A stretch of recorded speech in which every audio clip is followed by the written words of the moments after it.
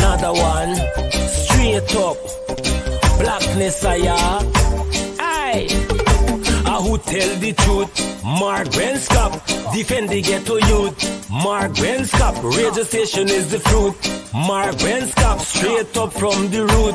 Mark Benscop, who tell the truth? Mark Benscop, defend the ghetto youth. Mark Benscop, radio station is the fruit. Mark Benscop, straight up from the root.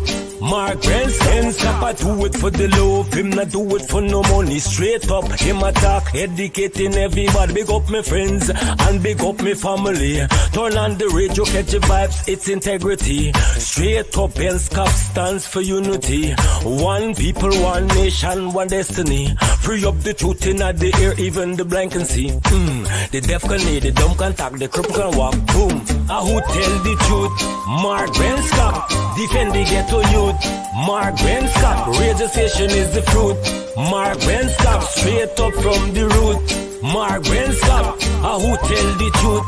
Mark Benscop, defend the ghetto youth. Mark Benscop, radio station is the fruit. Mark Benscop, straight up from the root.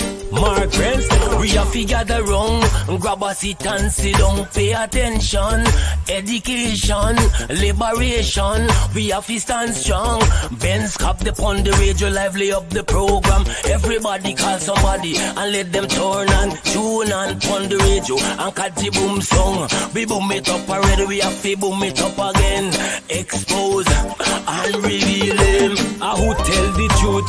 Mark Benscop, defend the ghetto youth. Mark Benscop, radio station is the truth. Mark Benscop, straight up from the root. Mark Benscop, who tell the truth?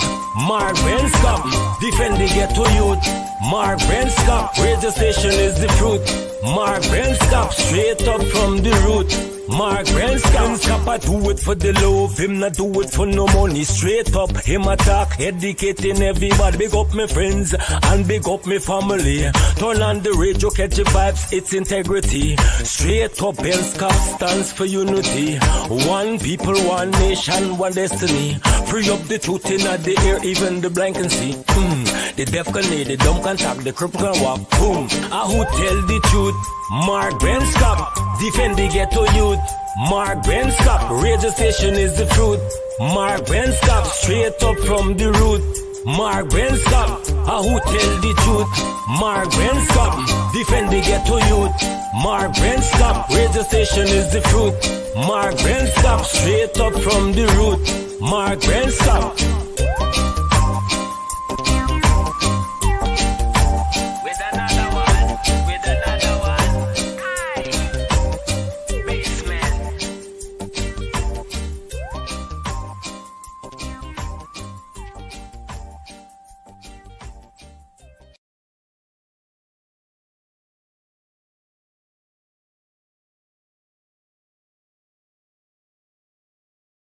Hello, this is attorney Shellen Washington, owner and founder of the Washington Law Firm located at 455 Utica Avenue in Brooklyn, New York.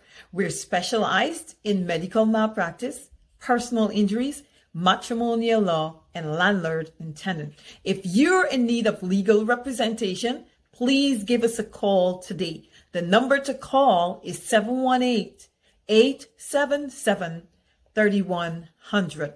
Consultation is free at no cost to you, so call us today to see if we can be of any assistance to your legal needs. Again, the phone number to call us is 718-877-3100.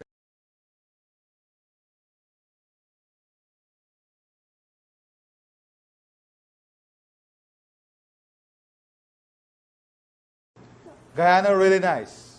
Guyana, it's a nice place.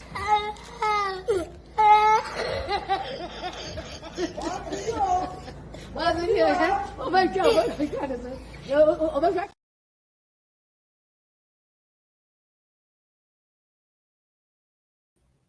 All right. Hey, guess what? Good evening.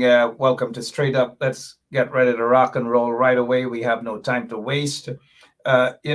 This program is like, you guys watch it. Was it a Triple Crown? This is the Triple Crown, a talk show. And we are on right now, so spread the word. Shut whatever else down you're watching. I should be joined tonight by Lincoln Lewis. We want to be able to rebut the lies coming out of Anil Nandalal and the crew. Lies, lots and lots of lies, and we will be able to rebut that.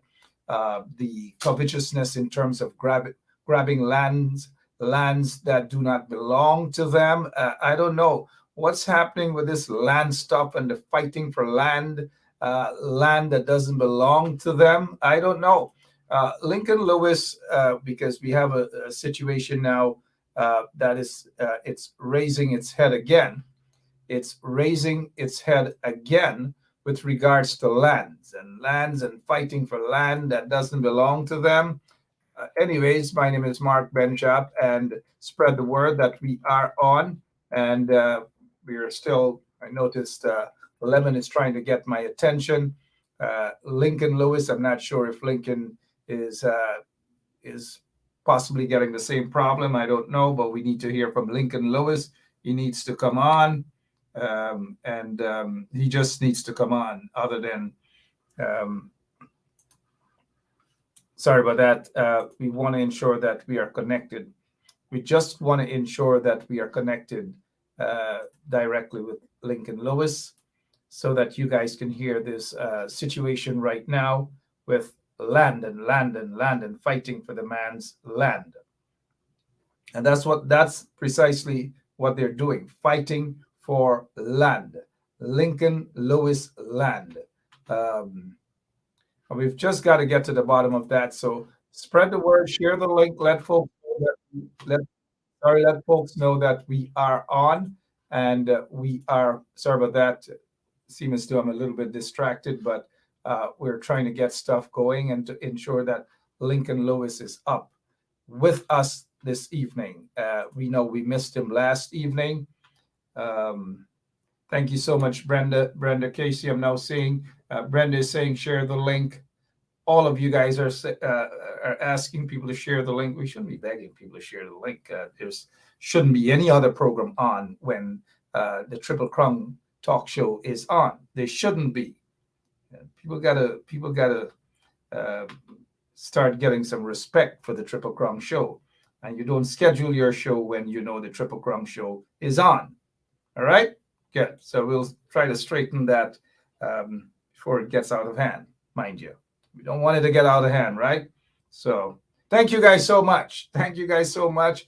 My wardrobe makeup artist didn't fix my tie properly and all these things, so we probably just have to fire them and ask Emma to ensure.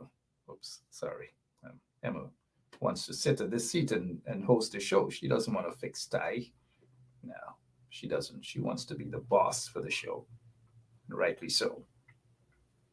All right. So again, we'll let the folks know who host their Preakness Steak and the Belmont, their Belmont Derby. They should know that this is actually the Triple Crown in talk show, and there should be no time conflicting with this time.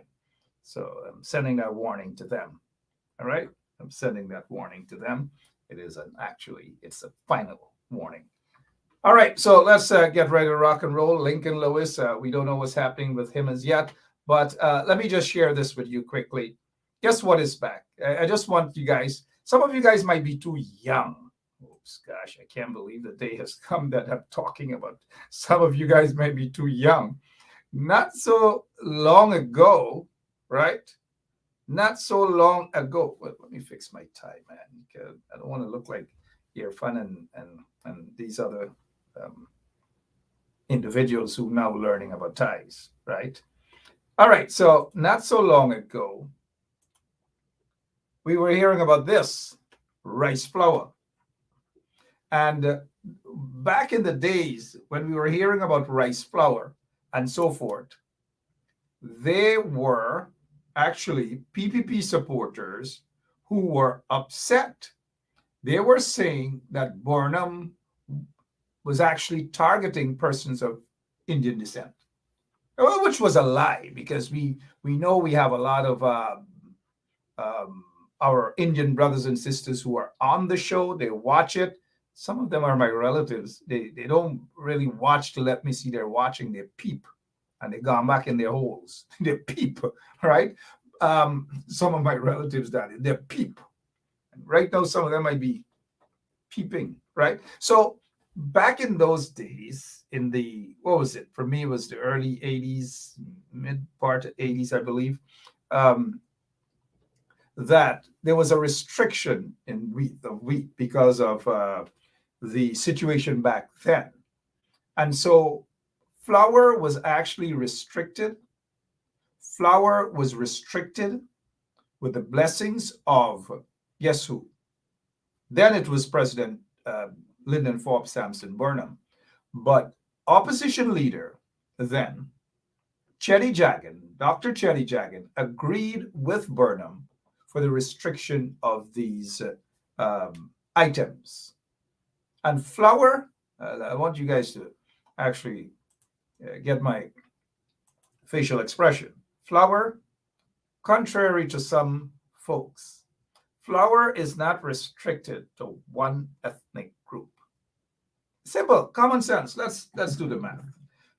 Flour is not restricted to one ethnic group.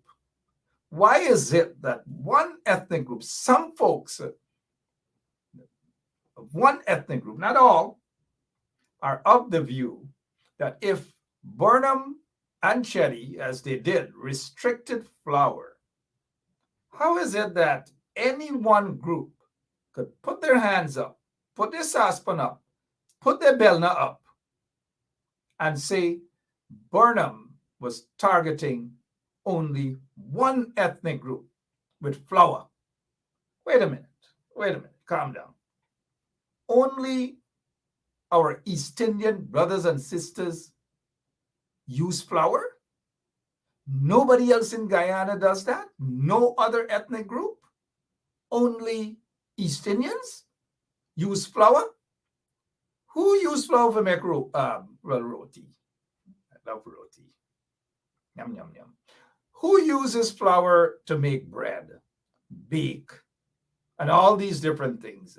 So not one ethnic group would have suffered. And nobody's saying anybody suffered, mind you. Because there was lots of flour coming from underneath those Morris Oxford cars. Lots of flour underneath the cars, in the Tata buses, in the Kayo buses, in Star car trunk. You put some things at the bottom and all these things. Lots of flour. People were eating.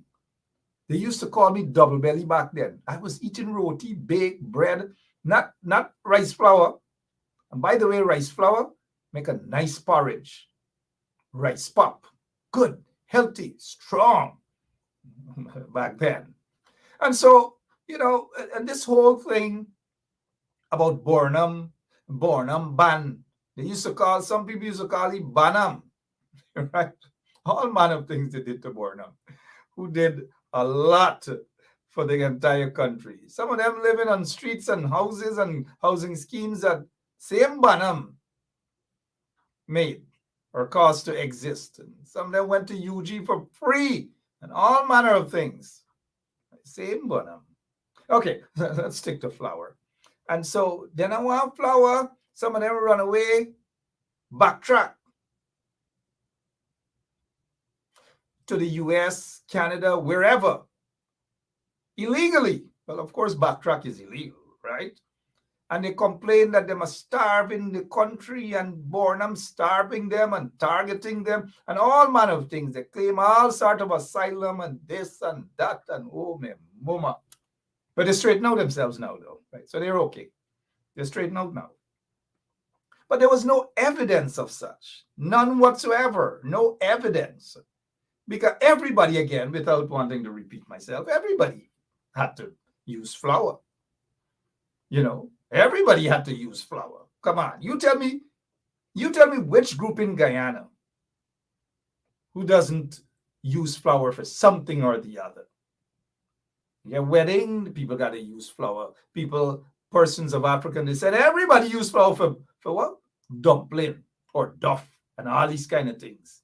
Bread. All kind of things you need flour for. I wasn't a big boy then. Sorry about that. I don't want to get like the other guys with no ethics. They go and, them big hair, dirty skin guy, but diggy nose, diggy eyes, and all. Sorry about that. And so I wish I was older then to jump on a platform to say, y'all stop y'all stupidness. Burnham didn't, as they quote, as they said, and I quote, ban flower then. Burnham not ban flower because he was a racist and because he didn't like persons of East Indian descent. That's a lie. Look how many times it has been shot down, the lies, by even intelligent Indian brothers and sisters in Guyana. It was shut down. They said, no, that wasn't true. Burnham, Chetty Jagan offered Burnham critical support on flour, split peas. Now let me talk about split peas. Only one ethnic group use split peas. Oh, Burnham banned split peas because he don't want to be eat dal. He don't want to be eat dal and chat here behind and sit down on a pira and eat and so forth. And then when I be eat a be dal, I be neighbor Mildred. She want a little drop. Sorry about that, guys. I get carried away with my country twang, right? All these lies upon lies upon lies upon lies. And the lies continue today. They go Port Morant by, Babu Jan, to talk about the legacy of Chetty Jagan. Over 3 hours they were there to talk about the legacy of Chetty Jagan. To this day, we don't know what the heck they spoke about. Because of the 3 hours, 2 hours and 59 minutes were spent on lying and lying and lying and lying and lying about what they haven't done. And nothing about Chetty. 1 minute on Chetty, and that's it. 1 minute on Chetty.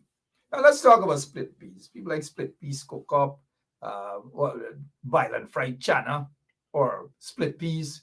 You fry it up nicely, and all these different things. So everybody had to use split peas, not just one particular group of people.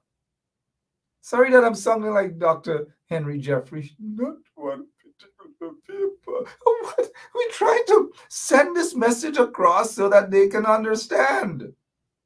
I don't know. I just don't know. I don't know. The lies and the lies and the lies and the lies and the lies, and they believe their own lies and all manner of things. All manner of things. Lies, lies, lies, lies. I'm just tired of the lies. Aren't they tired of lying? And I'll hear that. And again, thanks for sharing the link. Thanks for sharing the link, guys. People must get manners when Triple Crown show is on. Inbox them and tell them they got to get manners, or we'll be forced to ensure that we use our authority, stamp our authority to let them know when the Triple Crown show is on. They shouldn't be on. All right. So Lincoln Lewis, we're waiting for him to arrive in studio. We're waiting for Lincoln Lewis to arrive. But before we to that, all of a sudden, okay, Lincoln is here. All of a sudden, look, that Lincoln came the right time for us to have dinner. Rice flour tonight. Rice flour is back, Lincoln.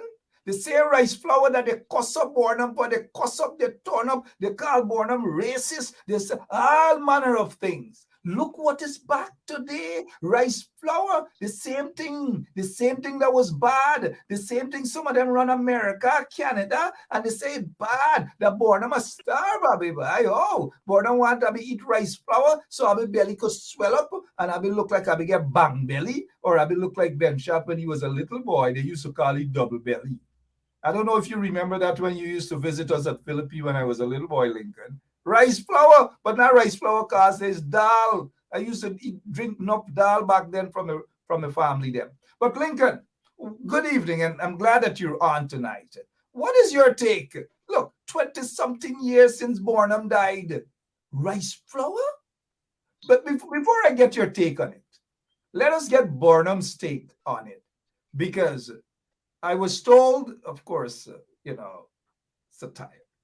I was told that Bornham issued a statement on this very rice flour that's coming back now. Hear what Bornham said. Well, kind of. Comrades all, this is Lyndon Forbes Sampson Burnham. To my utter surprise, I got a message from Dr. Jagan stating, and I quote, look, Forbes, look what's happening in Guyana. They are eating and they are selling rice flour and making a profit, a big profit, end of quote. That was from Chetty, my good friend Chetty. And I'm laughing because the entire nation will be flooded with rice flour now. Rice flour roti, rice flour bake, rice flour bread, and rice flour polori. Chetty, come and look at your supporters. Come on. Okay, so, of course, a little humor there with truth. Rice flour is back. What is your take on all of this and the nonsense back then about cussing Bornham about rice flour and starving people? Let's begin with that, Lincoln. Good to see you tonight, my friend. Thank you very much, Mark, for inviting me and taking time out for me tonight, especially. Mr. Barnum was before his time. I listen to all the things that are being said now by war leaders. There are things, Mr. Barnum, they are the same things Mr. Barnum said, using different words. The chicken has now come home to roost. Even this government, rather than talk grow more food, they come and they say grow more. The same thing that Barnum used to talk about producing our own food, they are saying now that we must produce it. The Caribbean leaders are saying, the Caribbean leaders are saying that the importation into the region on food alone is in excess of $3 billion US. And something has to be done about it. We have to start produce our own food. Mr. Barnum was saying that, and many persons were saying that he wants to kill out the nation. When the flour, the program under which the wheat came to an end and it wasn't renewed, and Mr. Barnum turned to say we have to produce our own flour. Let's do rice. Let's just use rice so we can get it done. They use it and they said that Barnum want to starve a specific section of the society, which was the Indian community they were referring to. And in so doing, they forgot that the same flour that used to make roti and dal puri for the Indian community was the same flour that was used to make roti and dal puri for the African community. And it was the same flour that was used to make bun, cookies and what have you, bread and so on for the African community. The same thing was used for the Indian community. So I can't understand the rationale or the thinking of those people who perpetuated that, but they sold it. They sold it. It was sold for all those years. Even as a little boy, I heard that, and I couldn't believe. But as I get older, and of course wiser, I get to understand. But the myth is still allowed to be circulated as though it's truth. Yeah. Only God we need knows. to do something on it. We need to do more than that about it. But rice flour is back. But I'll tell you this. I am not going to put my hands in my wallet and take out $1,000 Guyana dollars or whatever money I have in my wallet. You know, God understands. To buy no rice flour now. I ain't going to buy no rice flour now. I'm not. I'm just telling you. I'm not making anybody rich. I'm not going to purchase any rice flour. Forget about that. I'm not purchasing anybody's rice flour. Because if it wasn't good then. So you're not going to focus on healthy eating? No. If it wasn't good then you're not going to take my money to get rich off of me now. I'm not buying anybody's rice flour product. I may have my own rice flour, but I ain't buying nobody's rice flour product. Simple as that. I'm not buying anybody's rice flour product. Guys, if you're having a bad reception, I'm seeing some stuff here saying that they're having some bad reception. Patricia, Grave Sandy, Goodman, good evening. Patricia is saying that bad reception. I'm not sure if others are getting that. But Mr. Comrade Lewis, I'm not buying anybody's rice flour. I'm making my own rice flour. And if people want to yeah, I'm making my own rice flour. I'm not buying anybody's rice flour. Lincoln, what's going on right now? Let's touch on this matter quickly. Breaking news in the Village Voice. Breaking news. Look at this land. Police swoop down on Kojo McPherson's descendants to stop them from developing his land. Kojo McPherson fought for, bought this land for his entire generation, which includes you. I believe you happen to be the great-great-great-grandson of Kojo McPherson. Tell us a little bit about this land, the history of this land, which is well documented. It is well documented, Lincoln, that we can see here, we can see that this land was actually purchased by your great-great-great-grandfather, Kojo, the Honorable Kojo McPherson. But yet, today, Anil Nandalal is putting or encouraging his people, his support group, to go and grab the land. We saw what happened not so long ago, that they're attacking you over your great-great-grandfather land that belonged, the land that belonged to you guys, that your great-great-great-grandfather sweat for, buy with your own money, and all manner of things. And people are now rushing in to fight you and your generation, you and your family down for something that your blood ancestor sweat for, work hard with his own money for, purchase that land with his own money. Give us a little more background about this whole issue and what's happening with these people who are fighting for something that obviously doesn't belong to them. Thank you, Mark. Let me say to you that this land was bought in 1851. I'll tell you what, vividly what we can remember. In fact, the first house that was placed there was established, was constructed on that property there. This was established in 1888. That is where my grandmother born in that house.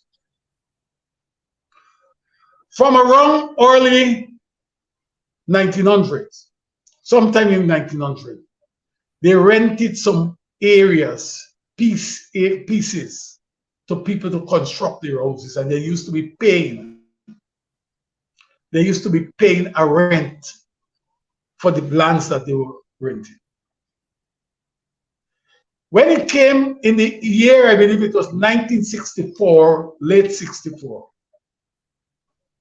when the family decided that all the lands they are going to claim, they are going to put under their names. There's a survey that was done in 1965 by T.A. And as they moved to get transport, it was blocked in the court by the same people who some of the lands were rented to. They were not occupying the land. But what they begin to do is to claim that the land belonged to them from the public road to the seashore. They begin to claim that. That survey was done. They blocked it. The lawyer was Donald Robertson for the family. Donald Robertson. Yeah. Yeah. Okay. And the solicitor was Desmond Bernard, incidentally, at the time for the. We begin to pursue Godwin McPherson, who died, late Godwin McPherson, and myself and others. We begin to pursue this operation, the acquisition of this land in just around the late 1997, 98. But what has happened? Donald Robertson office, a fire took place and all the records went. So we had to now start over again with the entire, we'll go to the coast, you can't find it. So we did a survey. We did a survey in January of 2020. The document, the survey, the plan is here. What we surveyed were the lands that are unoccupied. I heard this man who normally behave in a dishonest manner, never speak the truth, said that transport were issued to people for that land. He's a liar. He's nothing more than that. And let me say to you, if the AG is saying, the Army General who come today and say that he was the lawyer for the people, and now he in the state position, he is now using the state resources. He's using the state resources to go after the family of Kojo, the descendants of Kojo McPherson. What manner man is that? What you could not have acquired while in private practice, you're now using the state resources to deny the family of what is just yours. And imagine, he's saying that they have a right to defend them. He tells them they have a right to defend their property. What is their property? Stick a pin there. Let's go straight to what he said a few moments ago. Anil Nandalal. It into your name either by the transport system or the certificate title system. You simply can't walk around saying that this land is yours or used to belong to some relative of yours, and that gives you some entitlement to the land and authorizes you to enter upon the land and destroy people's properties who are on the land. Let's take a pin there. And I hope our folks who are watching and listening, did you hear this guy? Here it is, that the proof. Your great-great-great-grandfather, the Honorable Kojo McPherson, there's a transport, there's legal documents for this land that shows that it belongs to you guys. And here's a guy who is saying, I don't know, what's happening, Lincoln? Explain what he just said there and how dangerous it is. Let me tell you that what the things that he has said, what he has done is declare war on me, because he's saying to the people that they must go and defend a property that is not theirs. Well, I have news for him. Is that he is saying that since they have a right to defend themselves and defend their property, we have a right to defend ours.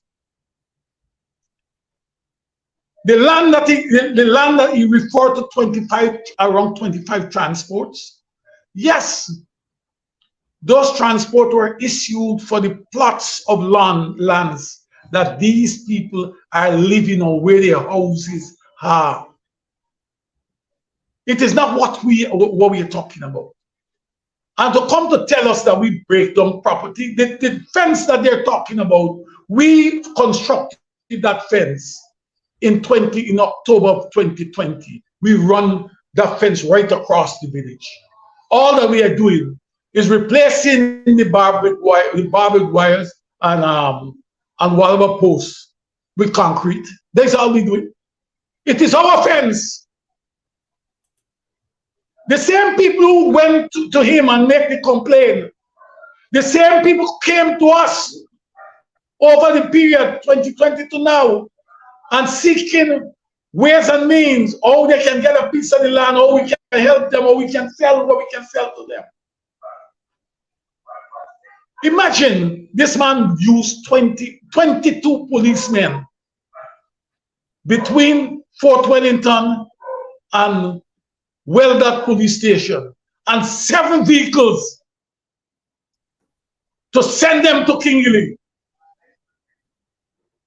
as if there's an invasion from Venezuela into Guyana. All of this happened hours ago. Today. Around 4 o'clock this afternoon. Yeah. And explain, because I want to show the folks a videotape, but explain this here. What were these folks arguing about and begging for, and a land that doesn't belong to them? Explain, what were they doing? This happened about a year or so ago. Well, they were protesting that the land belonged to them. You know, every time we go to do work and they come near, I ask them, show me your documents. There's no document they can show. But we have. You threw it up on the screen a little while ago. We have documents. We have done surveys, and those surveys were registered at the Lands and Survey Department. I cannot understand. Let me say to Mandela, you talking about redistributing land? You talking about redistributing black people land where we, our ancestors, sweat, blood and tears of earned money and pay for? Why you don't go to the villages? Why you don't go to the villages where lands or where villages like Oosterdarin and those places, or Squirrel Coast and others, where the villages were given by the state to the indentured servants? Why don't go there and distribute that land? Vera land and Tekwe Vera land, and they let them attempt those sort of things too. But go ahead, continue. Why they don't do those things? The people that happen them. Let's I want to show the people. We have to be straight with these people. More than straight. These people are wicked. Yeah. Let me and talking specifically. Well, I want to tell him, you know. I want to tell him I am not going to let him understand very clearly that Lincoln Lewis is not going to go down like Crummy Wing. About a year plus, and the nation wouldn't allow that to happen too. A year plus ago, this is the same thing. And Anil, again, as you said, when he was the lawyer for these people, he's now using his position as attorney general to fight a personal battle that they cannot legally win because they have no document. You and your family have the documents that you are the rightful and legal owners of this land that was bought for by your great-great-great-grandfather, Honorable Koja McPherson. But let's go to a videotape. This happened over a year ago. Just to refresh our listeners who may have missed it then, what transpired back then.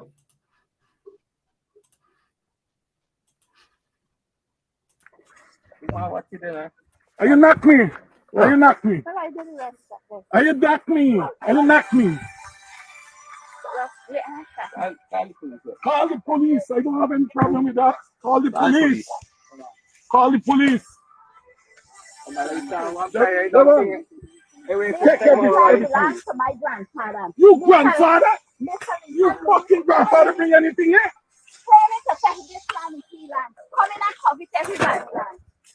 Leave it. I said leave it. I said stop it. Stop it. Watch it. This ball belongs to me. Big man. Jamie, do you walk? Do you walk? Big man. What wrong with you? What wrong with you? What wrong with you? That ball belongs to me. I survey this land.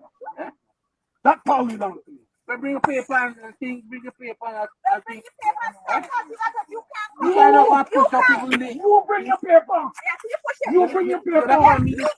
Bring your paper. I get my paper. Okay, bring it. Yeah, when you bring yours. You bring yours. Okay, good. Call the crew. Call the crew. I want. When I push it, yeah, push it down again. You push there. Push it. I push it down. I push it down. Yeah. You do what you want. You just No problem. I do what you want. Yes. I do what you want. Yes. Me you show me what you want. Do what you yes. want. Do what you want. Do what I want. Everybody, this and me. Right here, me grandfather. You grandfather? Where your grandfather come from? Where you come from? I come from here. Where me come from, sir? Well, let me tell you something. This originally bought by Kojo Matfosi. So when you buy white people, who is white people? Listen.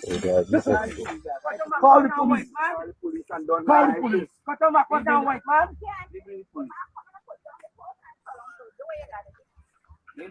Bring the police. Mama, Jesus Christ. The demon is there. All right. Hello. Hi.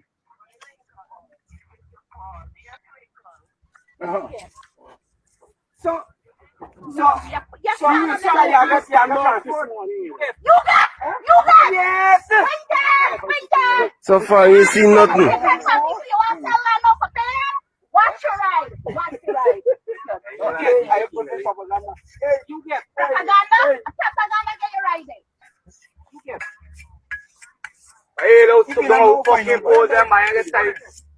Okay, Rick, land, when you're dead, I want to keep you going. So why you come for it? So why you come for it? Because I bring you some coal here. You not bringing coal here. You are bringing coal here. You are bringing coal here. I want to tell you this. You know, your family come and meet me here. Meet my family here. Right? I'm saying they come and meet here. Me to come from East Bank. Me to come from here. Not from right, let me tell you something. Not to come here and marry the Razir. You know that? Let me tell you, marry the Razir. You don't understand it. You can't fight for us all them years. Oh, you don't give me any red one. So much year this one, I never grandfather, father, mother born here. What, they just look how much me born and grow here too. But I don't know you. You don't know me. Me don't know you too. Me don't know you too. Because you don't know me. I don't know you today. You don't make you know me too. You don't make you know me too. Right. What do you want to do? What you want to do? What you want to do? That's all you want to do? What do you want to do? I want to tell you something. I want to tell you something. Me tell you. Look at that, damn it! And that's why I think like how you bring a great man out of power. Speak like how you because how you going to be here. And the man never has to hate nobody. Here's how you're going with rationalness. Rationalness how you're going with. This is race. Yes. This is race when you can't get your way. Yeah. When you cannot get your way, it's race. Yeah. And you took a parade the other night. The race when you can't get. I have said so. Yes. It's race when you can't get your way. Just You understand me? When you can't get your way, it becomes race. Yeah. You don't become any longer of pony types. This You is the become part don't get away from in front of you. Get away with push me now. I don't push you. Why don't push you? Push me now. Why don't push you? I don't believe in abusing women. I don't believe in abusing women. I don't believe in you abusing women.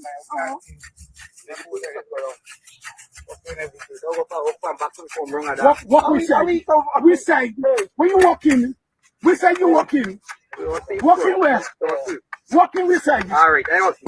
Are you gonna see? I want to tell you something, you know. I want to tell you something, you know.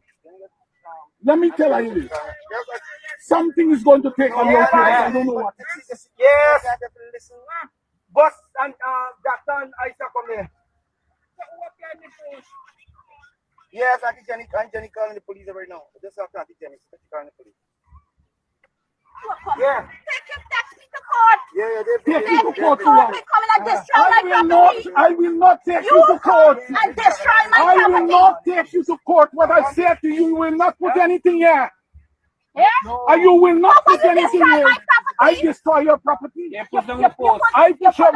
You push Or you were and here. you just push down my You were post. say you said I said so. You saw me yesterday destroy your property. Yeah. Hello? Hello? Yeah.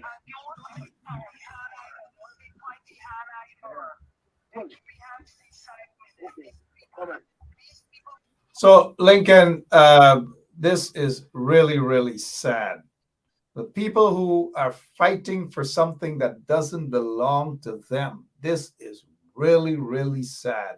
And the provocation is obvious. Some other person other than you would have lost their cool. God in heaven knows what would have happened there. And whoever was sharpening that cutlass may have had to sharpen, or probably the final time sharpening a cutlass there.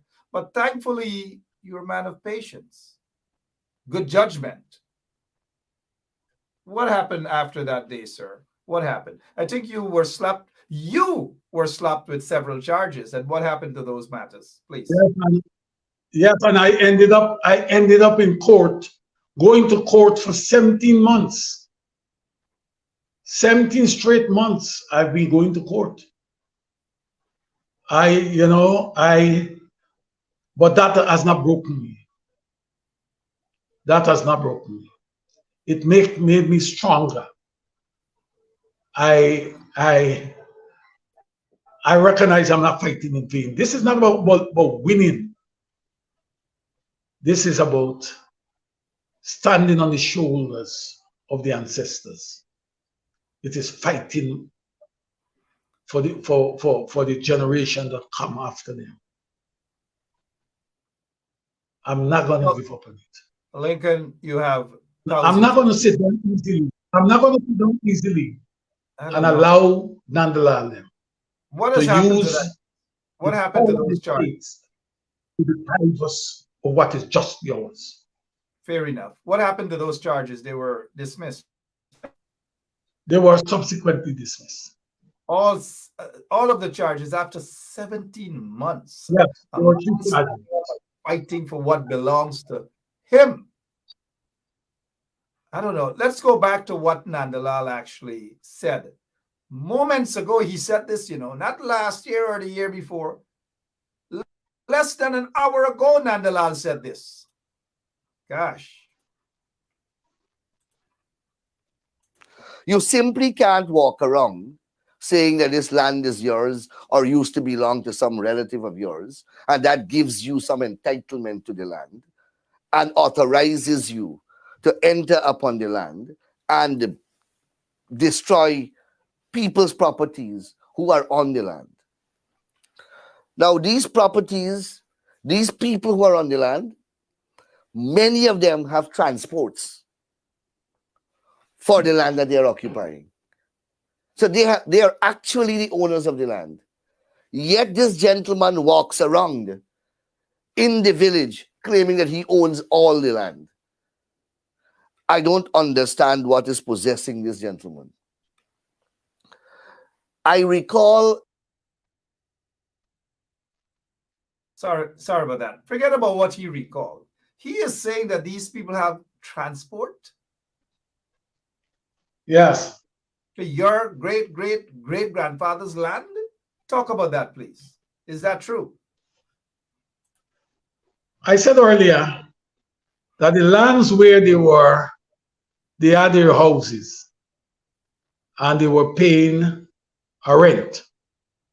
Some of them do have transport after time for those lands. Like the guy who is leading the charge, for him, he came from Plantation Ross. And my uncle, Clinton Thompson, assisting him to build a house on a piece of land. Clinton Thompson had to sign before the village, what you call it, the village office give permission for him to build.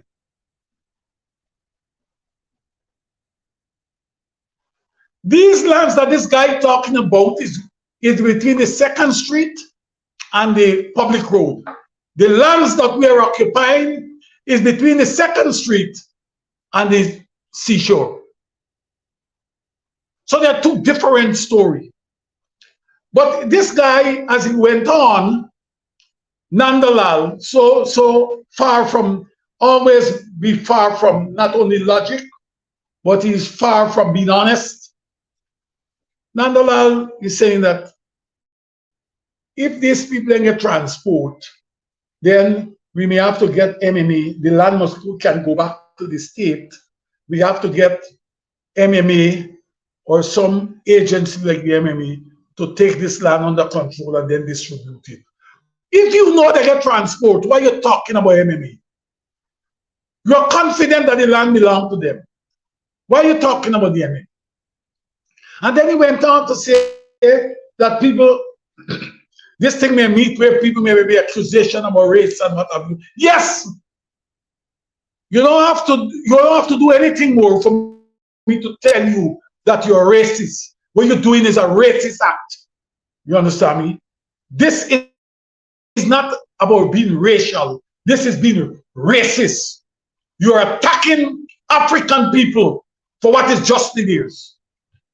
You're attacking African people for what is justly there. You are intent to deny us of what we see and we understand to be left for our generation. And what you're doing is putting a scheme in place to deny us of generational wealth. You know, one of the things, because I'd like people to hear, because I know people don't spend a lot of time listening to these guys on their platform. It's basically a waste of time. But this is dangerous coming from someone who sits there as the Attorney General. It is dangerous. He is saying that these people have transport. All of a sudden they have transport. But look at the timing of it. This happened right after the 2020 elections. They just invaded a portion of your great-great-great-grandfather's land. Invaded it, started to trespass, and all manner of things that they have done. I don't know. I want our listeners to hear more of what this guy had to say earlier. That is so dangerous right now. President Granger had established a commission of inquiry to inquire into this concept of ancestral lands or something of that sort. I read in the newspapers that Lincoln Lewis had appeared before that tribunal. I don't know what came out of it. I don't know whether he was able to establish a case or not. But that tribunal, in any event, could not give him title to land. He has never approached the courts of Guyana. You know, you just said that there was a survey done. We have shown, and this is where it's dangerous with these guys. You just spoke of a survey. The tribunal that he's talking about is totally different. And yet this guy sits there as an attorney general. He's supposed to be a lawyer, a senior counsel. And he's saying to the public that he doesn't know what happened at that tribunal, what decisions were made, but all that is fixated in his head, what he wants. He was according to what you've said, Lincoln, he was the personal attorney for these folks. Now he's attorney general. He couldn't win a case when he was the personal attorney. Now apparently he's using his position to bully the Lincoln Lewis and Kojo McPherson's generation right now. Respond to him, please. What happened at that tribunal? Yes, I provided the evidence that the land belonged to Kojo McPherson, and we as heirs of Kojo McPherson, we had decided that we must have occupancy to it. In fact, as I'm saying, in January 2020, we started surveying. I have copies of the survey here. And this plan was registered at the Lands and Survey Department. So to say otherwise is not being honest. This man needs to go and do his homework. And I don't believe that he has not done his homework. I believe it's an inherent behavior of doing things that portray to the world how dishonest he can be. They don't want us to get the land. They don't want people like me to get land. They want me to get house lot.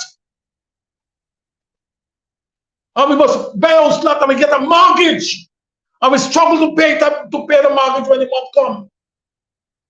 They don't want us to get house lots. They want us to get house lots, in fact. They don't want us to get farmlands. They don't want to get lands for economic purposes out there. They want to take it away because they are conscious, in fact, that we're going to use this land to move the family out. Those who are in poverty, to move them out from there. They don't want that.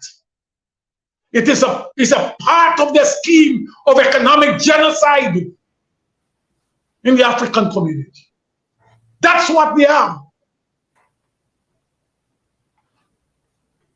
You know, this is definitely. These are people, you know. These are people. Nobody question what they get, you know. Nobody questioning cotton gains. But they always want to deny us and making $1 for ourselves. Making $1 for our family. And making $10 we can distribute in our community. You know, the funny thing is, Lincoln, is even with all the proof, even with all the evidence presented in public, these guys are not showing not even a piece of evidence. Nothing they're showing. Talking off the top of his head, nothing. Or off the top of wherever. Nothing they're showing that makes sense. Why is it that they're attempting to bully people for their lands? They did this to you guys right and after. That they're using the state resources, using the people tax dollars, right? To pay or putting in place, use people tax dollars, paying people to really destroy or take away from people what is justly theirs. And this is so sad. These guys are wicked. Beyond wicked, demonic. But we saw what happened to your folks back then. We showed that video. We saw what happened to the people in Linden. And this, let's remind the people what happened in Linden, because this is becoming sad and sad. And I can understand why some people lose their cool. I'm not saying people should, but I can understand what is happening in that country right now. And the hypocrisy from Irfanali and these other goons about they're going to fight racism. They are actually practicing racism every single day. This is what they did to this woman. This is what they did to this woman in Linden because of her ethnicity. These people have no conscience. No conscience they don't have. None.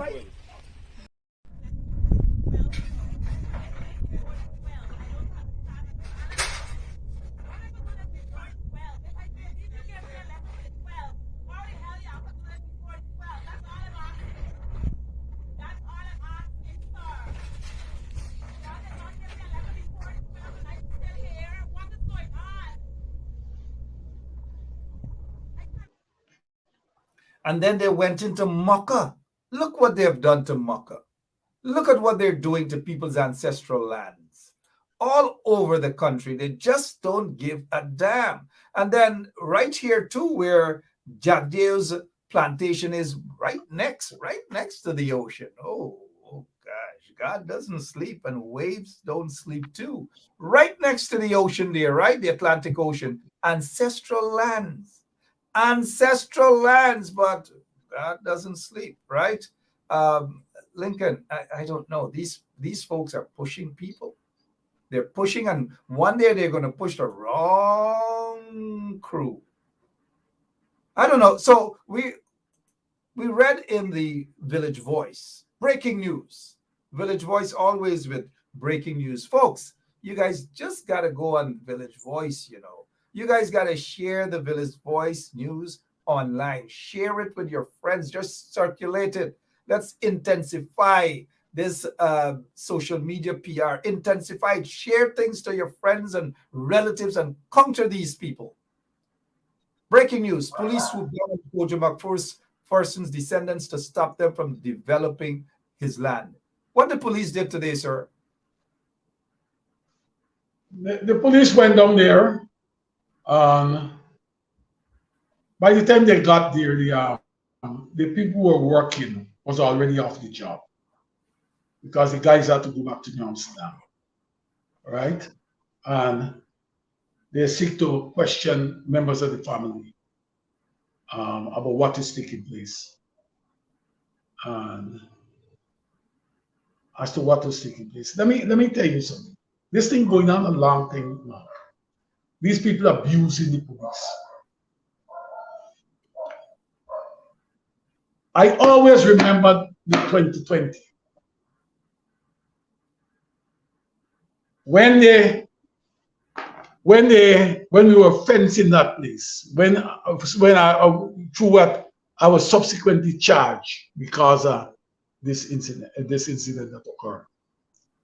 These guys the police was there in the night, you know, after midnight, at one end of the street and the other end.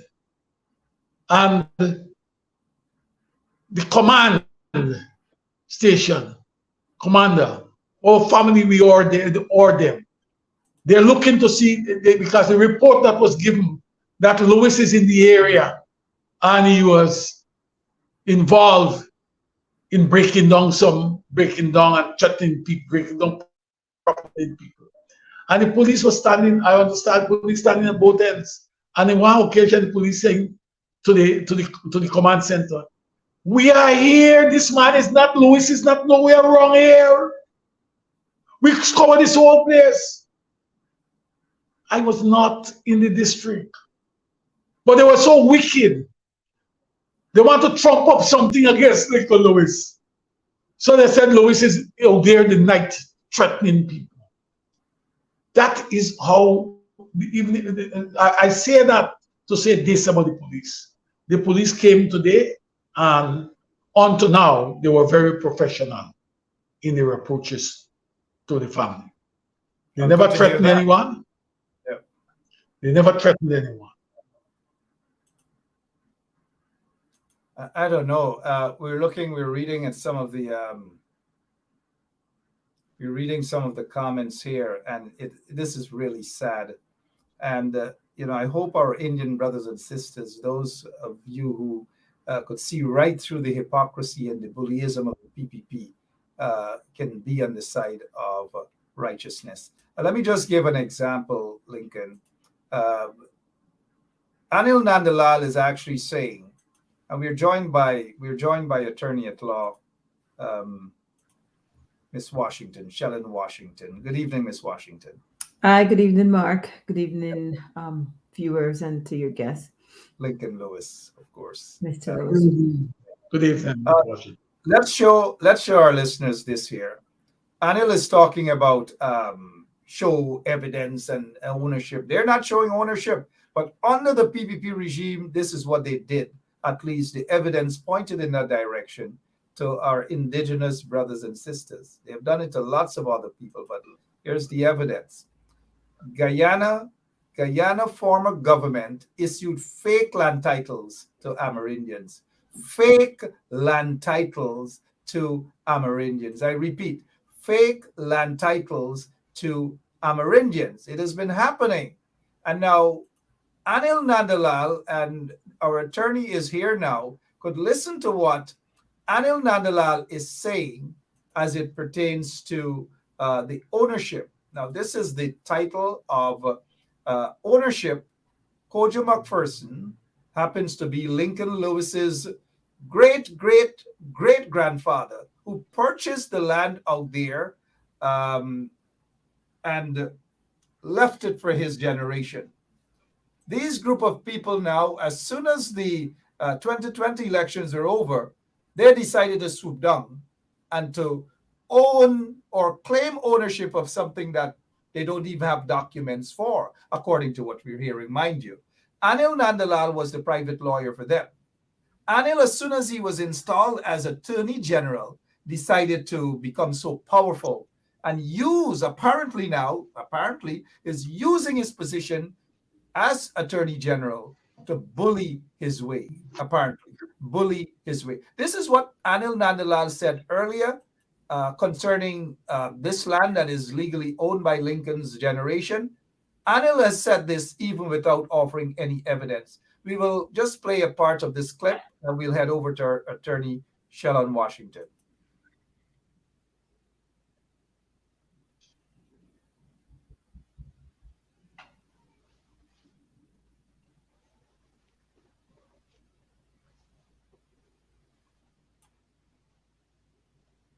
Yep, sorry about that, guys. You can get property by sale, by purchasing it, and you get transport or title in your name.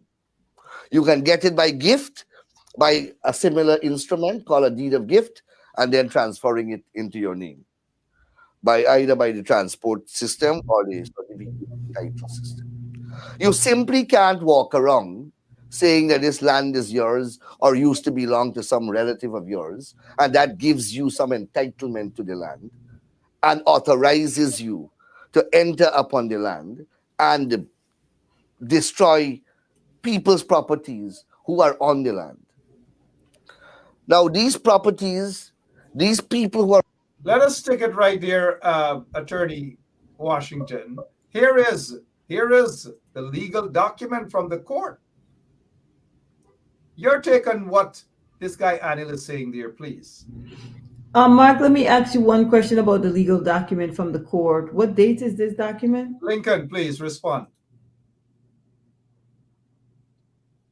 It's 5th of July, 1851. 1851. And it was validated by the court. I'm kind of like taken back at the words coming from the Attorney General from Guyana. And I'm wondering if he is losing it, because another way that a person could have land or own land, other than those ways he mentioned, is by succession, the laws of succession. So you inherit land from your family, from your ancestors, from your relatives. And I heard no mention of inherited land. Now, if people go and occupy lands that your relative own, but you have continuously either paid the taxes, collect rents, or something from the person to exercise your rights over the land, to make people aware that, hey, I own this land, I'm not giving up my right, and there's nobody with an adverse right or adverse claim to your land, which is called like adverse possession, then what Nandalal saying makes no sense, because you could inherit land by way of successive rights. You inherited it from a family, and all you have to do is go probate that will or probate the estate of your dead relative and have the land transferred over to your name. Now, if people go and try to occupy your land, you have all rights to exercise your ownership and to make sure that they don't acquire your land by any means of adverse possession. And one of the problems I have, if Nandalal is an attorney general, shame on Nandalal, shame on you. Because why is the attorney general becoming involved in a matter that is private between two sets of citizens? It has nothing to do with the government. The attorney general should only be involved in matters that concerns the government. And this is, I mean, I don't understand. Where's the morals? Where's the ethical code of conduct that people, attorneys, are supposed to be guided by? As the attorney general, he has no business in this. But yet he is there. He has no business in there. Let me play, and this happened right after 2020, that these people suddenly swooped down and tried to occupy illegally because Anil can't prove it. And you are correct. Why is he sticking his nose into this matter here? I don't know, but this is what they did to Lincoln, or attempted to do. And you'll understand what's happening in that country, Attorney Washington. Are you knock me? Are you knock me? Call the police. I don't have any problem with that. Call the police. Call the police. Take everybody. Belongs to my grandfather. You grandfather? You fucking grandfather bring anything here? Tell me to take this land in Finland. Come in and covet everybody's land. Leave it. I said leave it. I said stop it. Stop it. Watch it. This ball belongs to me. Big man. Jamie. Do you walk? Do you walk? Big man. What wrong with you? What wrong with you? What wrong with you? That ball belongs to me. I survey this land. That ball belongs to me. Bring your paper and things. Bring your paper and things. You bring your paper. You bring your paper. Bring your paper. I get my paper. Okay, bring it. Yeah, when you bring yours. You bring yours. Okay, good. Call the crew. Call the crew. When I push it, yeah, push it down again. You push it. I push it down. Ahead. I push it down. Yeah. You do what you want. You just say. I do what you want. Yes. Ahead. I do what you want. Yes. Me show me what you want. Do what you want. So no evidence that they own anything, but then me go show you what me go do. Me go show you what me go do. Provocation to the fullest. What is going through your mind, Miss Washington? Please. I mean, Mark, just looking at this, I'm distraught. I feel the pain. I feel what Mr. Lewis is going through, trying to fight for land in Guyana that belongs to him, that belongs to his ancestors.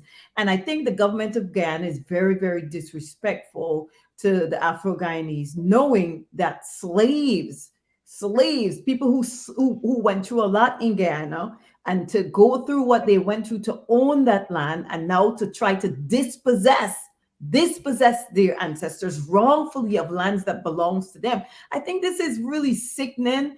And just, it's terrible that what people go through in Guyana, their ancestors own that land. Unless somebody else had some other legal means to show that they acquired the land, the Attorney General has no business. This is a private matter between two private citizens. I'm not understanding what business the government has getting involved in a matter that involves two private citizens. There's a conflict of interest there with Nandalal, because first of all, he was the attorney representing these people prior to becoming the Attorney General. He has no say. He should recuse himself. Shame on him. His hands are unclean. His hands are unclean being the Attorney General and getting himself involved in a situation of this sort. Let the people go and battle it out before the courts. Let the courts decide that Lincoln is rightfully in possession of that land. Let the people who think that they are entitled to it go and file an action before the court, and let Nandalal recuse himself.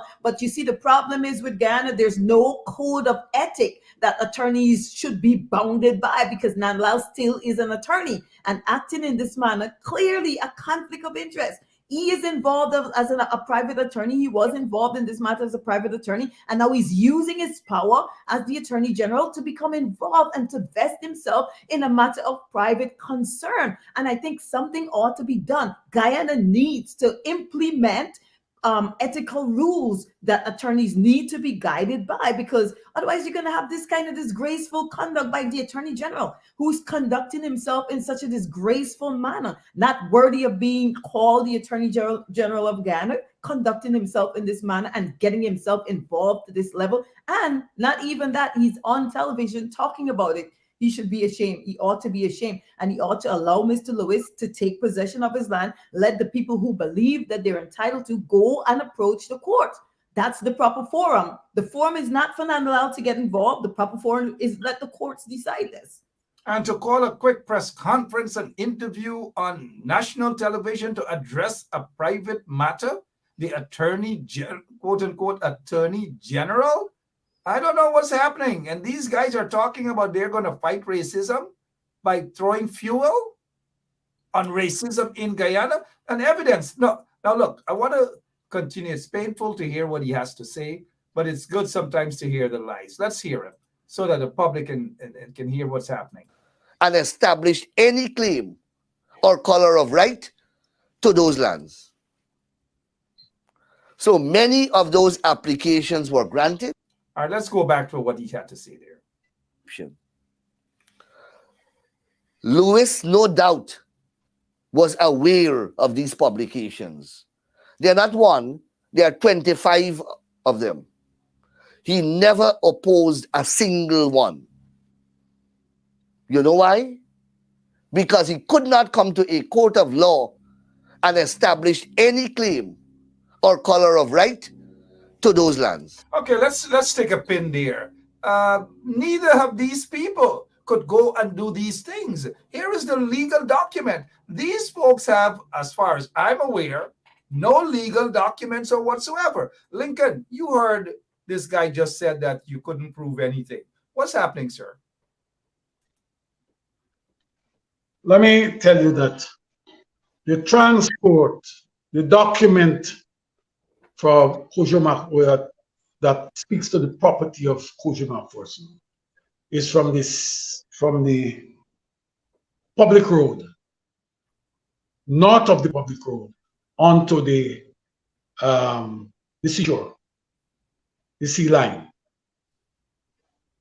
What has happened over the years? Some people were renting lands between the 1st and the 2nd Street. So behind, let me go back. In 1965, there was a survey done by a surveyor, T.A. Orle, for the family. And as they were moving to court to transfer this land, you had the residents who blocked it in court. So we didn't get the transport. So here comes myself and others at 2019. We decided that 2020 we're going to start our surveys to occupy not the lands where between the public road and the 2nd Street. It is the lands north of the 2nd Street to the seashore. So those are the lands, and those lands are unoccupied, right? The lands where he's making reference that they may have had transport. It is the lands between, there are some lands, not all, between the public road and the 2nd Street. This so the area that is in contention right now is between the 2nd Street and the seashore, and it's unoccupied. The only people who occupy that area, they are persons who we have given permission to. Like one of my uncle's son is there. We have another cousin who from Upton whose children are there. And we have another cousin further down. Those are the people who we have given permission to. Good. Outside of that, all the other ones are unoccupied. Good. Attorney, you heard Anil. No evidence again coming from Anil. You're a lawyer. He is supposed to be a lawyer. I'm sure you're ashamed of what he's doing and what he has said. And I'm sure that lots of people are not surprised that the private entity, which is the Guyana Bar Association, they love to jump out of their little cuckoo nest to issue statements when it suits their purpose. But they're not going to issue a statement here. Your take on what Anil just said and the rebuttal from Mr. Lincoln Lewis. Well, he's claiming that the lands were advertised in the official gazette and giving the indication that those lands were transported over to those people. But as far as I understand, Mr. Lewis' position is that his land was never advertised in the gazette and it was never transported to anybody, but it was other portions of land that Anil Landalal is referencing. So, and again, Mark, I am very, very disappointed at this whole situation here, because if there's no record of Mr. Lewis' land being transported, and the question would be, in any event, how was the land transported? Because if Mr. Lewis is occupying his land, He takes possession of it. He demarcated the land. The land was surveyed, and no one has ever occupied the land adverse to his interest in the land. I'm not understanding. Make it make sense. Like, Nandalal makes no sense there, because unless he could bring the transport, show that, somebody was in adverse possession, I don't understand how the land could have been transported. There's no way it could have been transported without taking it, adverse possession, taking it away from Mr. Lewis, first of all, through the court system. You cannot just advertise any land in the official gazette just to transport. How are you going to do that? And the land is owned by somebody. Make it make sense, Nandalal. Make this make sense. How are you taking Mr. Lewis' land legally? What give you authority to take his land? Did you take it by adverse possession? Did you take it by eminent domain? Make it make sense. You go on national television and you speak foolishly. How are you advertising the land in the official gazette? What method, what legal method did you use to take Mr. Lewis's land and give it to anyone? Show me where you have legal authority, unless you're telling me the government took it by adverse domain, by eminent domain, and give it away, and then the government does not have no right to do that unless the government was taking the land for a public purpose. So make it make sense. Show me the legal method or mode that you use prior to advertising the land in the gazette and giving title to people for that land. You make no sense, dear Mr. Attorney General. And right. Mr. Lewis is correct. If he knows that his land was never passed, it never was advertised in the official gazette, it was never given to anyone, then he is right. He needs to stand up. He needs to go and take possession of his land. If possible, build fence all around it and keep people out. If anyone wants to fight or challenge him, they need to take him to court. And Mr. Attorney General, stick your nose out of a private matter. Take care of the issues relating to the government. Your interest is the government's interest of national concern, not between two private citizens. No, sir. You're overstepping your boundary there. Know your limits, know your responsibility as the Attorney General, and don't get yourself involved in an issue between two private citizens. Stay out of that sort of things and act the way you're supposed to, the way the law permits you to. Don't act like a person who doesn't understand the law. Don't act outside of the realm of the law. You're behaving lawless by doing such things. Absolutely, which is something of a customary thing. In any other part of the world, an attorney general sticking his nose into a private matter and what it appears to be the situation, using his office to bully a private citizen for what belongs to that private citizen, he could be sued for that. Mr. Lewis, where do you guys go from here? Because with this latest news of the police being called in and all manner of things, and Anil jumping to call a quick press conference or being interviewed on state-owned media house, and of course, knowing Anil, this is not the end of it, but we've got to find a way to stop him legally. But where do you guys go from here, sir? We're not giving up, We're not giving up. You shouldn't. We are going to continue the development that's taking place right now. We are continuing. The piece that you have shown there is a swimming pool that is being developed by one of the members of the family. We are going to move ahead. We are going to start building our structures. This land is not his. We're not going down like that. We're not going down like that. It's not going to be easy. We're not going down like that. Yeah, we are going to crisscross this world for them. We're going to crisscross this world for them. And you guys do get the support. They believe that they can. Go ahead, sir. Go ahead. Well, we are going to organize. We are going to organize this. Because when they do this to us, they're doing it to another family. I've looked at it, what they did in Linden. Then they do Mocha. They did some at on the East Bank Essequibo. They're coming to King Louis. They're going around, even quarantine. The lands around 50 5053 area, the backlands there, they have taken up nearly everything, and what they're opening up, coming through to Kanji Creek, are our ancestral lands. They are on a roll. On a roll indeed. I'm not going to Linden, stop on that. Linden, they were on a roll. Muckat, they're on a roll. Yeah. Kingley, they're on a roll. They're just not going to stop until they're actually stopped legally. Miss Washington, any closing remarks on? Go ahead, Lincoln. Sorry. Go ahead, sir. Yeah, you were making a point. We're going to do my closing remarks.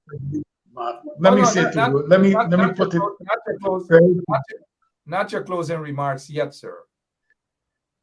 Before we get to your closing remarks, we understand how you feel.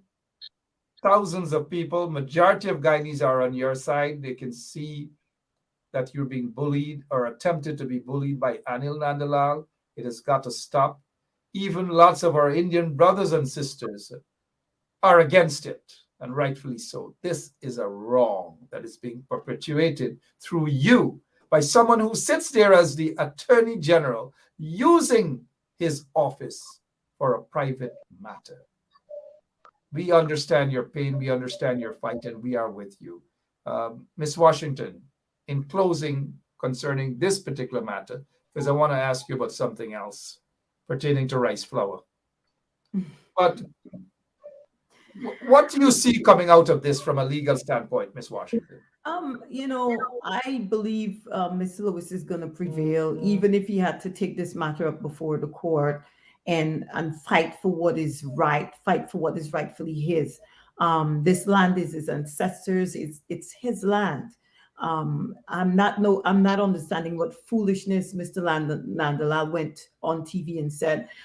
He inherited by succession. It's a successive right to the land title. And at any point, if he wanted to, he could probate his ancestors' estate and put that land in his own name if it's not already in his own name. He has a right to that land, sir. And regardless of what you said, that's what the law says. Go back to your text. Go read the books so you'll understand that what you're talking doesn't make sense. And I wish Mr. Lewis the best of luck. And I, if he gets before the right judge, I know he will prevail because it is within his legal right. He's within the realms of the law. He's not doing anything that is lawless or illegal. But what the government is doing, on the other hand, what Mr. Nandalal is doing, that is lawlessness and that is illegal. To come up against a private citizen who owns his land by succession and tell him he's not entitled to it and it was advertised in the Gazette. How could you advertise land in the Gazette without first taking some legal route to acquire the land? Are you telling him it was adversely by eminent domain you took it? Like, how did you take it? Make this make sense. So I think Mr. Lewis is in a good position to prevail against all those who are coming up against him and fighting for his land. He's entitled to it. There's no way in the books. This is by the books, Mr. Nandalal. He's entitled. The law says so. So you make this make sense. And best of luck to you again, Mr. Lewis. He's definitely not going to make this make sense at all, because I hope that I was trying to get a word from Senior Counsel Roysdale Ford also on this matter. But if Roysdale Ford is going to do something, I pray to God that Ms. Shellon Washington can step in to do something as well, because Ms. Shellon Washington can legally, I believe, represent folks. And even though in Guyana it's different, you can't advertise that, but she's also a lawyer out there in Guyana. Ms. Washington's office, she's located in Brooklyn, New York. That's Washington's law firm, 455 Utica Avenue, 718-877-3100. You guys can jot her number down, give her a buzz. She represents people. She's a competent lawyer, unlike who. She is a competent lawyer. So it's a nice case here, and we're watching, Anil. We are watching, and all of those other people. Lincoln, before we get to your closing remarks, sir, and this is very, very painful to watch the lies, listen to the lies and the bullyism from these folks. something that doesn't belong to them. It's really, really painful. Miss Washington, I'm not sure, as a young girl growing up in Guyana, in Linden, where you're originally from. Yes, Linden. Sorry about that, Lincoln. I know you have Kingley in your mind. You may say, yes, Kingley, strong, powerful people in Kingley as well, and surrounding villages. Rice flour seemed to be back. People are selling rice flour now. They're making bread and all manner of things now. The very rice flour that they denounce, oh, rice flour, Bornum, starving people. You're laughing. Let me give you that opportunity to speak. The reason why I'm laughing, Mark, is because I just recall when we had that show, we were speaking about some of the things that Lyndon Ferb Sampson Burnham did. And, you know, a lot of people were condemning it, and they were like thinking that people were saying, especially the Indian people, that you know, they wanted the flour and Burnham banned flour. They couldn't make roti, whatever. I'm surprised that now, with the situation that is happening as it relates to flour, they're going right back to the same position where Lyndon Ferb Sampson Burnham was trying to get us to understand that if we had done this decades ago, when the flour shortage started, Guyana would have been sitting pretty well, because then rice flour would have been very well developed, and they would have probably find ways of making it where the bread is more than 20%, because I did see the bread is 20% rice flour and the rest is wheat flour. So we probably would have gone a far way by now. So I'm just finding it funny, after they condemn somebody who was trying to lead us in that direction, now they're running back to the same place. But I'm not going anywhere and buy nobody rice flour. I prefer to, if Lincoln can make some rice flour and produce it and sell, I go and buy from Lincoln. Or if Aziz, my friend Aziz, on this show here, if Aziz can make rice flour, I will go to Aziz and buy it as well. Or Jaiwan Bundari as well, or Dennis Atwell, and all these other folks who are watching right now. I can't call all your names, right? Ian Williams and others. But I want to, they said that Bornum banned flour to spite our Indian brothers and sisters. Lies, lies, lies, lies, lies. Because persons of African descent use flour too. Make bake, make dumpling, make all manner of things. So it wasn't a racial thing. But hold on a second. Hear this guy. An honorable man. He was Speaker of the National Assembly, a senior member of the PNC, and a good friend of mine. You know, he always pulled me aside or called me and said, Mark, come have a talk, man. Because he knows I'm from Borbis, born in Linden, but Borbishan, right? Come have a talk, man, Mark. Come. I want our listeners to listen to this here and stop this nonsense about Bornum ban flour to spite our Indian brothers and sisters. Lies, lies, lies. Step in. The late Sace Narain, the real Sace Narain, not that Lagu Bagu that at Gaisuku. Listen to this guy. Honorable man, the late Sace Narain. To allow this thing to be perpetuated. Bornum never banned flour.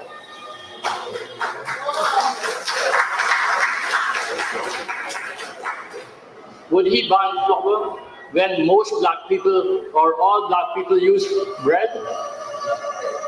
But the Indians were able to say, look, the flour was banned because Indians use flour when they have their religious functions. And let me tell you what really happened.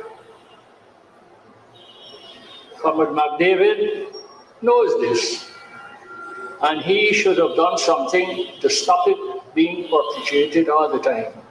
One, we don't grow flour here. We don't grow wheat here. We have a flour mill, and we have to bring the wheat from abroad to have it done here and milled into flour. Some of you may not know what is PL 480. PL 480 was a partial grant by the United States government to Guyana. Instead of giving us money, they used to give us in the form of wheat. so that it could be milled here into flour. When Comrade Burnham, our founder leader, decided to nationalize bauxite and sugar, the Americans and Europe became very angry with him. And at that time also, Dr. Jagan said he was giving Burnham critical support to nationalize these two industries. And they said, look, we have no wheat to send to you. You got to buy it. In other words, they suspend the PL 480 and no wheat came to Guyana. Well, Burnham had a very good Indian friend, Mrs. Indira Gandhi, the Prime Minister of India. He turned to her when they said they will not give us any wheat unless we pay for it, and he asked for assistance. Now, I was the solicitor for Bank of Baroda. In those days, they had solicitor and barrister. Today, they only have attorney at law. So, Mrs. Gandhi got the bank.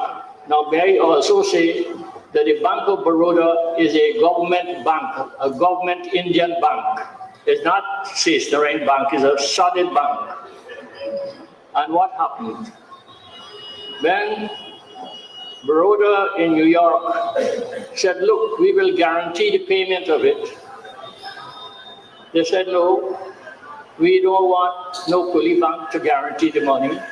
We want an American bank. Mark, the American government refused to send the wheat, and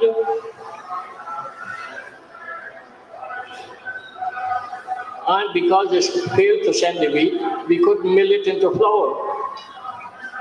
When at last we were able to get Barclays Bank, at that time they had a branch here, and they feared if they turned it down, we might have nationalized the bank then. What took place was Barclays Bank agreed to give this money for us to buy the wheat. And you know what happened? From the time they got the money to buy the wheat, the next thing that happened, the ship had already left. And that is why it was said, Burnham banned flour. It wasn't that he banned flour, he had no money to buy the flour. It's like if you go in the stores and you want a tin of sardine and you don't have the money, you can't get it. It's a simple story like that. But credence, misinformation, and whatever word you want to say, Burnham never banned flour. He hadn't the money to buy it. And as a consequence, the wheat did not come to Guyana for him to have it milled and for it to be sold. All right, Ms. Washington, as we prepare to close off, you heard their former Speaker of the National Assembly, an honorable man, the late Cisnerine, the real Cisnerine. And it was a pleasure knowing him. I could say that he was indeed a friend, an honest man. You heard what the gentleman said. Why is it that some of the PPP supporters can put two and two together and make sense of things? They continue to believe this nonsense that Burnham banned flour. I don't know. Anything quickly, what you just heard, I think, Mark, I'm glad that the truth is coming to light, and it's coming from a credible source, so people can listen to him and understand that, the lies that they're hearing about a person who was a very great leader for our country, it's being debunked now. People are learning the truth, and they know, they're understanding now that he was indeed a good leader. And the reason why we had to revert to or go to rice flour was because of him banning anything. The truth is now coming to light.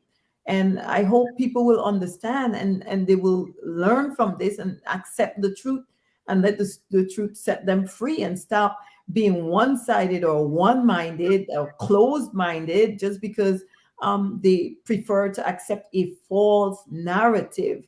I wouldn't let anybody tell me any false narrative about the late Chetty Jagan. And I think all the PPP leaders should, not just leaders, but the followers should understand too, and not allow their mind to be closed or to be misled by false information that they're receiving about a man who was a great leader for our country. Thank you so much, Ms. Shallon Washington. Again, don't forget, Ms. Washington's office is in Brooklyn, New York. Give her a call. She deals with these matters: medical malpractice, personal injuries, divorce, landlord and tenant. And you never know, she may become an attorney representing veteran trade unionist Lincoln Lewis in that land matter that Anil Nandalal is illegally forcing himself upon. So give Ms. Washington a call. In closing, Mr. Comrade Lincoln Lewis, can you tell us, I know you have an event coming up this weekend, of which we will carry right here on 107.1 FM. What's going on at this event, sir? And quite timely too. Yeah, we're going to be hitting at Golden Grove, East Coast, the Marara, at the community center there on Saturday. The Institute for Action Against Discrimination. We are going to crisscross this country. We are going to be carrying to people, bringing about an awareness about their rights and their responsibilities. In fact, one of the things that we're going to be doing come Saturday, we're going to be distributing for every person who turned up there a copy of all the rights that are enshrined in the Constitution, and them a copy. This is an education process that we are embarking on.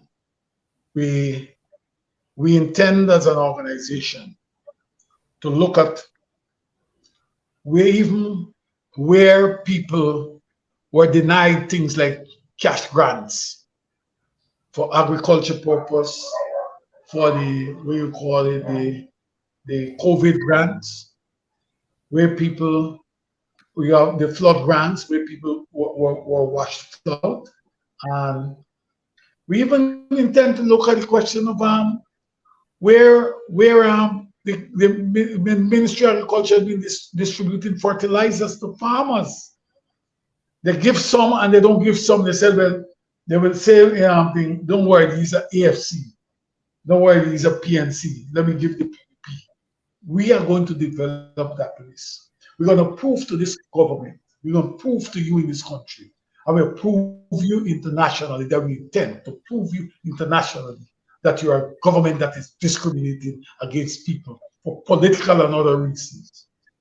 We ask people to turn out in numbers at Golden Grove. We expect, if you have a grievance where you were discriminated against, in whatever form it is, walk with your ID card. There will be people there to take the information from you. This is time for us to take action. We cannot allow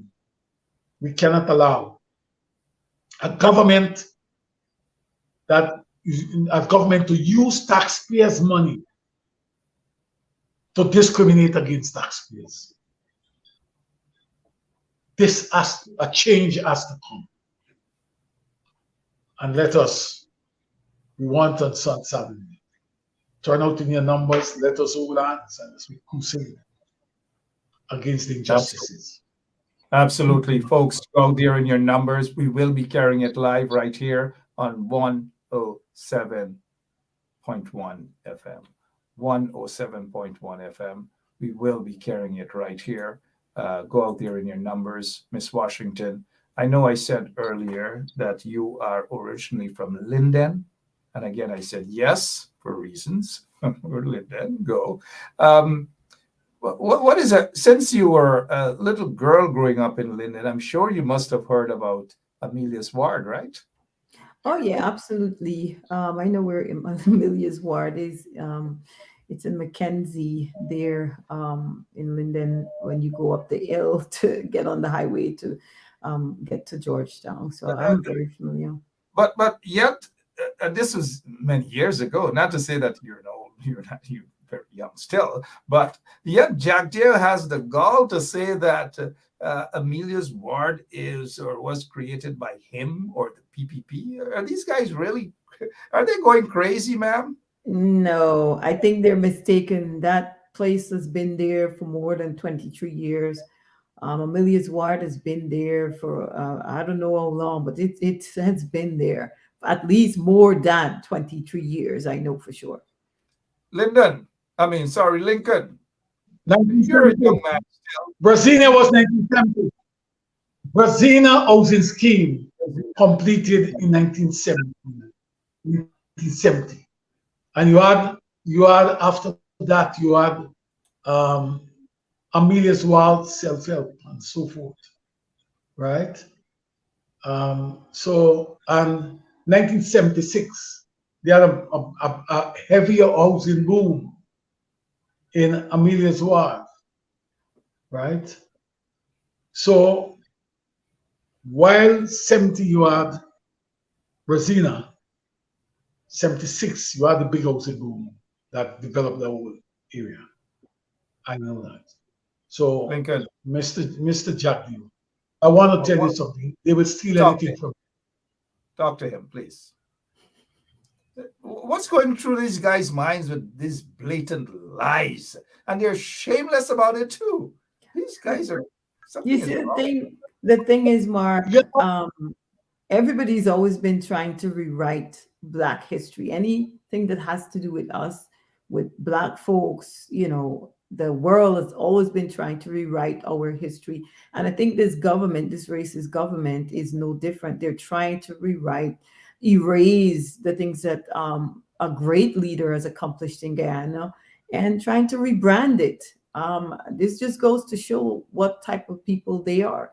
Because Amelia's Ward has been around. I don't know for how long, but I mean, I've grown up hearing about Amelia's Ward. I'm sure my mom would have known how long, from the time she moved to Linden. Amelia's Ward probably was there since she moved to Linden. I think she moved to Linden when she was 19 years old. My mom is now 70, so I don't know how is it possible that the PPP could have named Amelia's Ward. Something is wrong with these folks. Where's your mom originally from? Kingley? No, she's from Stanley Town in Berbice. New Amsterdam. Okay, good. Yes. Thank you so much, Miss Washington. Mr. Lincoln Lewis, thank you so much for your time. I know this is not the direction where the program was scheduled to be in terms of discussion, but this matter with Anil sticking his nose into the private matter of this land situation in Kingley belonging to Lincoln Lewis and his family. The police was actually called in, and so we decided to just deal with this matter here for the most part of the evening. Lincoln Lewis, we wish you all the best. Thousands of people are with you, most of Guyana. Most of Guyanese are with you in and out of Guyana. You have nothing to worry. You have your legal documents and these things. We are going to stand and fight with you, Mr. Lincoln Lewis. Anything else in 30 seconds or 1 minute that you wish to say, Lincoln, before we go for this evening? I wish to reiterate, Mark. I'm not going down. I'm not going to give up. I'm not throwing in the towel. I wanted that I am not going to allow them to do two things. They're not going to fight me. I'm not going to give up the land. And secondly, they will carry me out in a body bag. I want them to understand that. I'm not going to. Let us hope that they do understand. Fight Thank you. Thank you so much, Lincoln Lewis. We are with you. We are with you.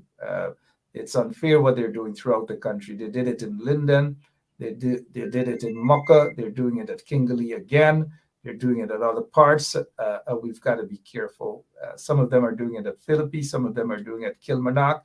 Some of them are attempting to do it at 43 Village and number 51 and 50 villages and so forth. We've got to be very careful. It has got to stop. Attorney Shellen Washington, thank you for this last minute. You were more than willing to come on, and we appreciate that. Always, we respect and appreciate your time. And Lincoln, thank you so much. Thank you, Mark, and good luck to you, Mr. Thank you. Wilson. Yeah, we'll keep you in our thoughts and in our prayers, and Thank you. we support you. I support you. We all do support, and right thinking Guyanese. Thank you, Tony. All ethnic persuasion. Thank you so much, Lincoln, and to all of our viewers. We thank you all so much as well for your time. We will be back tomorrow, same place, same time, 9 o'clock. Let the others know that step off at 9. Step off at 9. The Triple Crown Derby is on, talk show that is. The Triple Crown talk show is on at 9 o'clock. Don't step on us. Don't step away. You know what I mean? Let's hear from Burnham before we go again. Kind of like a little humor. Leave them, right? Always lying and lying and lying and lying.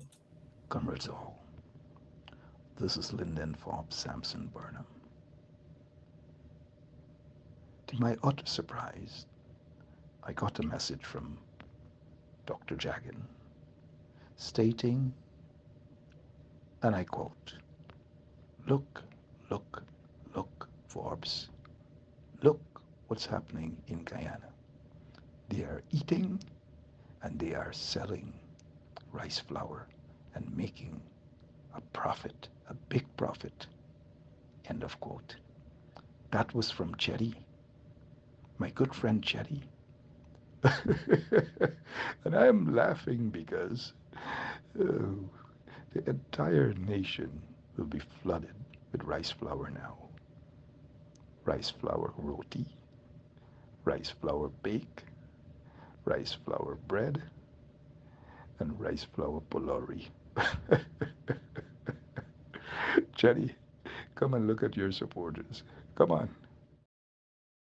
So this is attorney Shellen Washington, owner and founder of the Washington Law Firm, located at 455 Utica Avenue in Brooklyn, New York. We're specialized in medical malpractice, personal injuries, matrimonial law, and landlord and tenant. If you're in need of legal representation, please give us a call today. The number to call is 718-877-3100. Consultation is free at no cost to you. So call us today to see if we can be of any assistance to your legal needs. Again, the phone number to call us is 718-877-3100. All right, guys, we've got to go. Rice flour, bread, when it used to exist, they used to cuss it. They used to do all manner of things. But I'm buying, if any one of you out here that I can support, I want to support real people, real rice flour, and so forth, right? So if you make rice flour, like Lincoln would probably do, or Shellen Washington, or one of you guys, rice flour always tastes good. It tasted good back then, and they suddenly want to make money now, right? But certain people are not going to get my money. They're just not going to get my money at all. You guys have to start spending smart.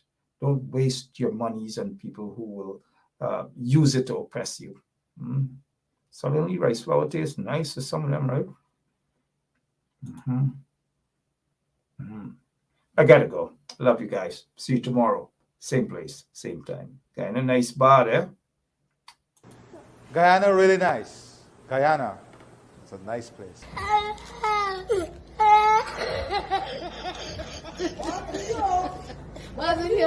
Oh my God. Oh my God. Basement level vibes with another one, straight up blackness. Aye, who tell the truth? Mark Benskop, defend the ghetto youth. Mark Benskop, radio station is the fruit. Mark Benskop, straight up from the root. Mark Ben Scott, who tell the truth? Mark Ben Scott, defend the ghetto youth. Mark Ben Scott, radio station is the fruit.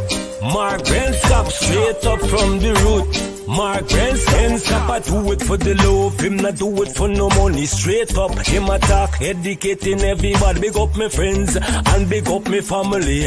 Turn on the radio, catch the vibes, it's integrity. Straight up, Ben Scott stands for unity. One people, one nation, one destiny. Free up the truth in the air, even the blind can see. The deaf can hear, the dumb can talk, the cripple can walk. Boom, who tell the truth? Mark Ben Scott, defend the ghetto youth. Mark Ben Scott, radio station is the fruit. Mark Ben Scott, straight up from the root. Mark Ben Scott, who tell the truth? Mark Ben Scott.